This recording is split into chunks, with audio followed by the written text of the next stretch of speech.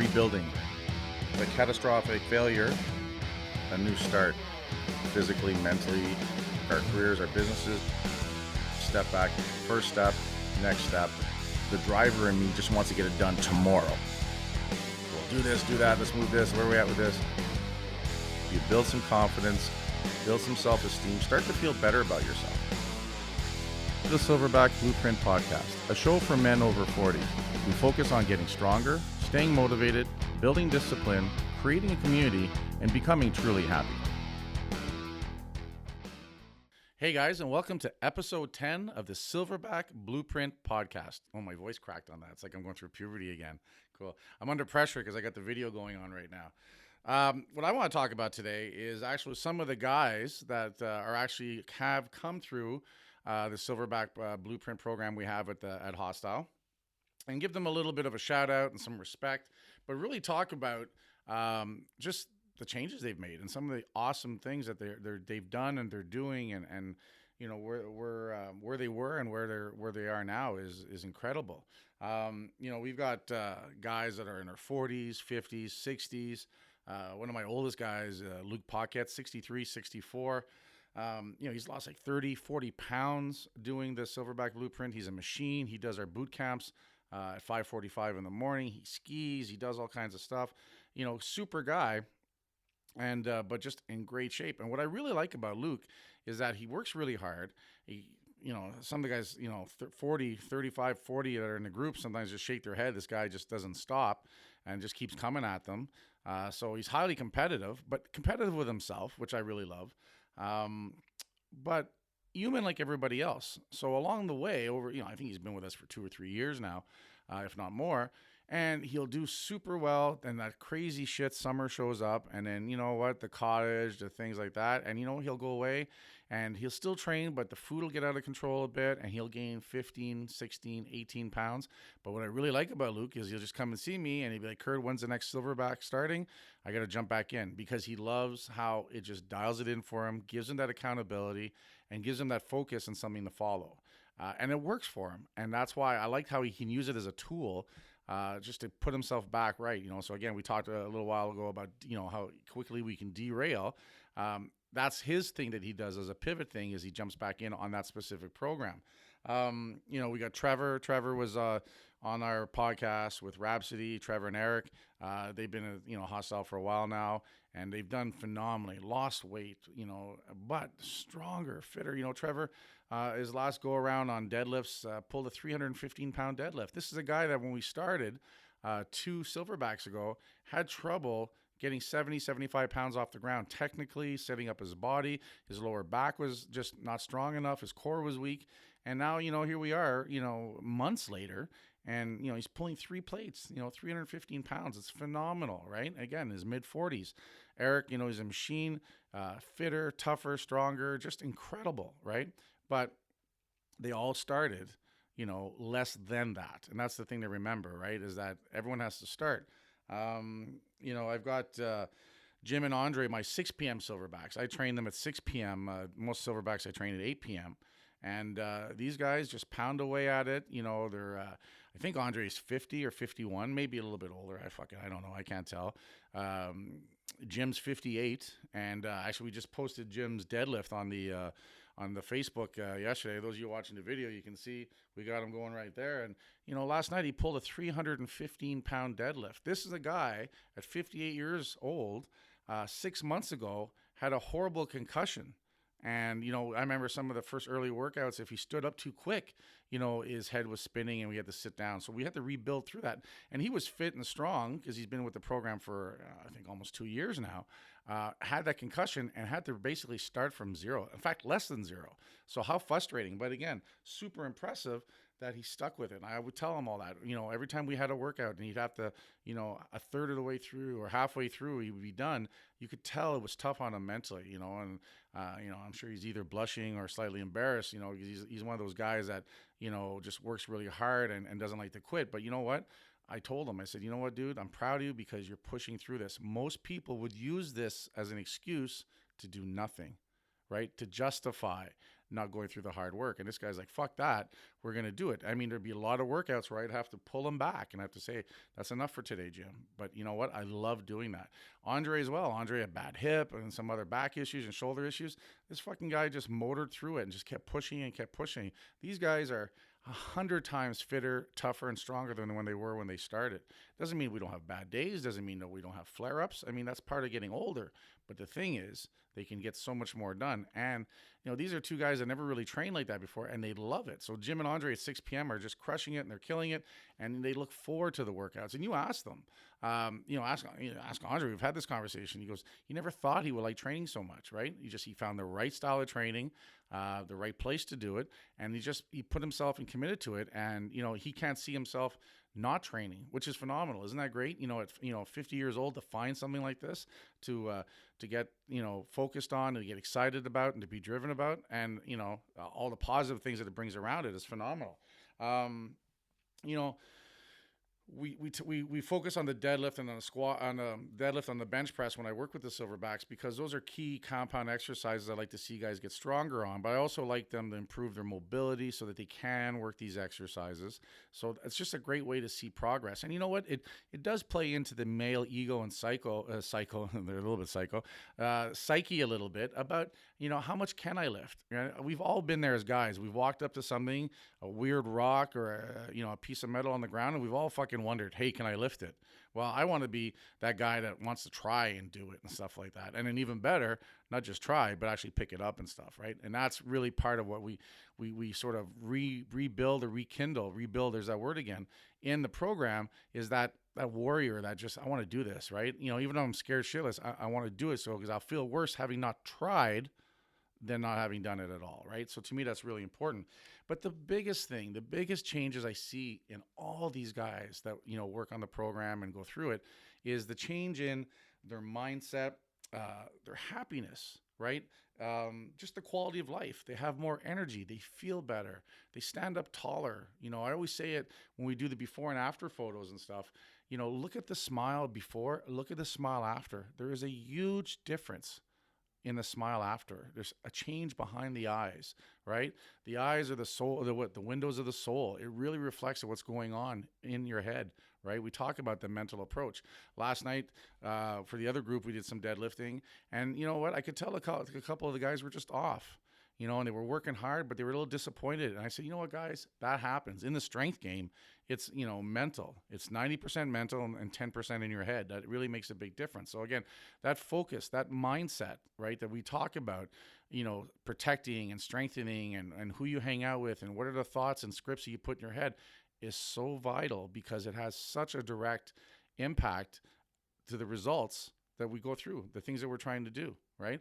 You know, in the strength game, you know, we always we see guys that get all psyched up and get angry and they slap in the face and they slap them on the back and stuff like that. And you know what? That's great. If that truly does motivate them, that's good. I've never been that guy. If I'm in a shitty mood for whatever reason, if there's a cloud over my head, it affects my lifting that day. It affects my mood that day. It affects everything. But if I can turn it around, or I'm just, you know, 9 times out of 10, I think I'm a pretty positive guy, and I worked on staying higher in the positivity scale and catching myself sooner when I'm not. But when I'm in a good mood, when I'm cracking jokes, when I'm excited, my lifts are 1,000% better, because that's the mindset that works for me overall. And I've tried it over 25 years of lifting and competing. I've tried the psyching up and the slapping and the angry, and it just doesn't work. I've had actually meets where I've blown it because of that, right? But I tried. Now I know, right? It's just being true to yourself and stuff. But not to say that not having something like powerlifting or strength and conditioning, the kettlebells, the grind workouts we do, those are great to give yourself a release and an outlet for those inner frustrations, the anger, the tempers. We all have bad days. So being able to just leave it all out on the floor, as I like to say, where you just push and you just exhausted that anger tank, you know, I think it has a tremendous value. Because if not, that pressure is going to stay inside us and it's going to come out, and eventually it is going to erupt, but it usually at the wrong time in the wrong place when we least want it, right? At our cousin's wedding, or at a friend's house or whatever, or, you know, that guy who bumped your cart in the grocery store and you fucking lose it, you know, and when the smoke clears, you're in jail because you lost your shit. You weren't mad because the the cart got bumped. You were just fucking mad, and that was, the straw that broke the camel's back and stuff, right? And what we have to do as men is not let ourselves get to that point. We have to catch ourselves, and we have to find ways to mitigate those things, right? And purge them from our system and get rid of them, but in a positive as possible way. So it's working out, it's meditation, it's reading. One of the other episodes we're going to do a little later down the line, I'll talk about some of the books I read, right? I was just talking to Luke from the podcast wagon, and, I asked him, I said, do you think people really want to hear about what books I read? Every fucking podcast does it. But he had a great point. He goes, but people want to hear what you're reading, right? If they're listening to me, they want to know what I'm reading, what I find interesting, what I try to tie my mind up with. So we'll do that a little bit later. There's nothing freaky about it. I read a lot. I used to read a ton of fiction, but now I really spend most of my time reading things on self-improvement, business, branding, all the stuff I really like doing. But I mean, it's part of how I organize the thoughts in my head, how I structure things so that whatever is in my head is positive and moving me towards my goal, towards the vision that I have for my brand, for my company, for myself overall. But again, right, all this, that's what's, I think, the magical part of what we do with the Silverback Blueprint is we kind of built this cool system of training and of journaling and some different things so that we can really harness all the positivity in that. But at the same time, it's focused on guys over 40 because at this, a 20-year-old isn't going to have the same issues in his head that a 40-some and a 50-some-year-old are. We're just not, right? We're at different stages of life. We have things, one of my favorite things, I'm a big Rocky fan, and when it was last Rocky, the older one where he came back and fought the guy, in his 50s and stuff like that, he talked about there were still things in the basement. There were still things to prove. There's still things that he wasn't finished with, right? And I truly believe, I think that was probably one of the coolest things that came out of that movie, is I truly believe that we have a lot of things left in the basement. At 40, at 50, we're not done. It's not like 100 years ago where, you didn't live that long, or if you did, you were truly old, right? At 40 and 50, we're halfway through. There's a lot we want to do. There's a lot of time, a lot of things that we've been putting off because we've put family and career and jobs and businesses first, right? But now we have to, at the same time, now that we have some time and we have the energy and we have the means, we need now to turn around and fulfill those things that are still in our basement. One cool thing, and I don't think I've talked about this in the podcast, but I was in May, I'll say 2017 in case you're listening to this from the future. I was in Europe, went to Barcelona, went to Spain, did the whole Mediterranean cruise, and we were in the Greek islands, and we went to Santorini, and we climbed this volcano, right? It's the whole island's like an active volcano. There was no lava. I was a little disappointed. I thought there'd be lava. But it was like a crater, and it was hot and stuff like that. But this motherfucker was like fucking 3.5 kilometers up. It was all like you're walking on, lava rock and very little bit of dirt, and it's uphill, then downhill, then uphill again. And it was a trek. And we had 90 minutes to get to the top, look around, take some pictures, and then get our asses back down to catch the boat. Because if you miss the boat, it'd be like 3 hours, and then you're going to be late getting onto the cruise ship, and that's a whole fucking thing. So there was some hustle, and of the whole trip, I knew there would be a lot of walking, there'd be a lot of climbing, and a lot of stuff to see. And I was training for it, and I wanted to do it, but I was really in the back of my mind, I was thinking about this Santorini hill because I knew it was a big trek. 5 minutes into it, I'm like, holy fuck, it's Spartan again, right? It was tough. So I just kept pounding at it, kept doing it. I was there with the kids. I was there with my wife, and my nieces and nephews were there, and a couple hundred other people. And just climb, and I would go, and then when I had to stop, I'd rest for 30 seconds to a minute. My back was tight, or the cardio, and then I would just go, and I would just go. And then you get to the top, and you realize you're not at the fucking top. There's more top to be had. But when I finally got to the top, there was like this monument thing there. And I'm getting up there, and I don't have a lot of time. So I get there, and, I touch the monument to say I'm there. And then I'm breathing, and I'm, trying to catch my breath for photos and stuff. And then while I was there was this older guy, and this guy had to be like in his 80s. And he was working hard, and he was there. And, he was an Englishman. He was from Britain. And started talking real quick, and he was telling me in like the 3 minutes he had hired this guy to get him up there. You could tell this guy was old, but at the same token, he was so fucking proud that he got to the top of this hill. And here I am sucking wind, realizing, look, this guy did it. I better do it. But not only that, but what was really sharp, what really struck home with me, this guy, is that he was so proud because 3 years earlier, he was sick and his doctor told him he couldn't do this trip. So he'd gotten healthier, and he'd spent the last year getting stronger and swimming and training to take this trip. And when he went to take this trip, his daughters didn't want him to go. And he said, you know what? Screw that. He says, I want to do this. I want to do these things now, because he knew in his 80s, he was approaching the end of his lifespan. Now, I hope he lives for another 20 years and stuff like that.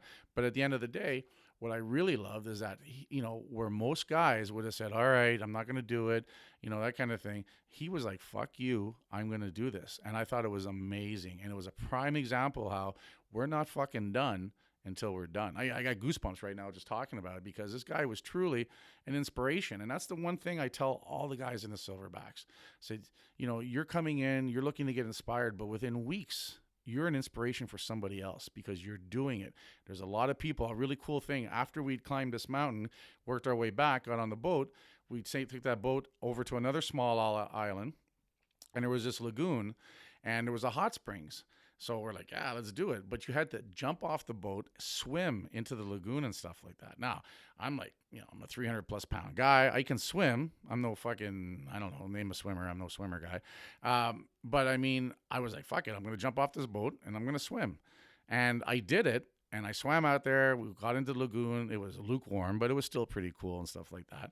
And then you had to swim back. Now, I gave myself a couple extra minutes. We had another 15 minutes. I looked at my wife and said, I'm going to start swimming back just because, I'm a little slower.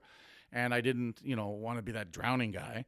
So I swam back. It went really well. I was really happy. But you know what? When I climbed in that boat, I guarantee you, what was really sharp is that there were so many people on that boat that wished they could have jumped off that boat and swam out and done that. And that, again, that struck home to me. And there were some people there. Yeah, there were some 70 and 80-year-old people, but there were some 40-year-old people. There were some 50-year-old people. And you could tell they were looking and wishing they were one of the ones that jumped off the fucking boat, swam out, and swam back in. You could tell that they had missed out on something, and they fucking knew it. And again, it just reinforced it, is that I don't want to miss out on shit anymore. And I don't want the people that I'm helping, the guys that I'm helping, I don't want you fucking guys to miss out on stuff anymore. So to me, very, very powerful stuff. I got a lot more out of that vacation than I ever would have 10 years ago or 5 years ago.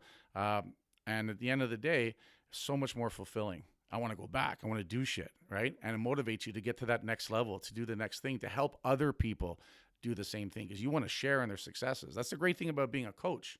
Is that one of the benefits, whether you realize it or not, once you become a coach, is that you get to share in all your clients' successes as well. You get a little bit of that feeling, right? It's not like, they owe it to you and stuff like that. They put in the fucking work, and your job is to motivate and nurture and guide. But you know what? When they succeed, you succeed, and you get to share a little bit of that. And that's probably one of the most, untalked about real benefits that's so rewarding as a coach, is that you get to share in all those little things with them. So you're always winning, you're always achieving. And I'm blessed to have that as what I do for my life's, my life's work, or whatever you want to call it. But I mean, at the end of the day, it is pretty fucking powerful, right? So again, it's just, these guys motivate me as much as I motivate them. And that's why I'm passionate about helping as many guys as I can achieve those things they want to achieve. Anyway, that's all I got to talk about on that today, guys. If you liked any of the shit that we're talking about, please leave us a review on iTunes. If you have any questions, email me, kurthaas@gmail.com, and I'll talk to you guys later.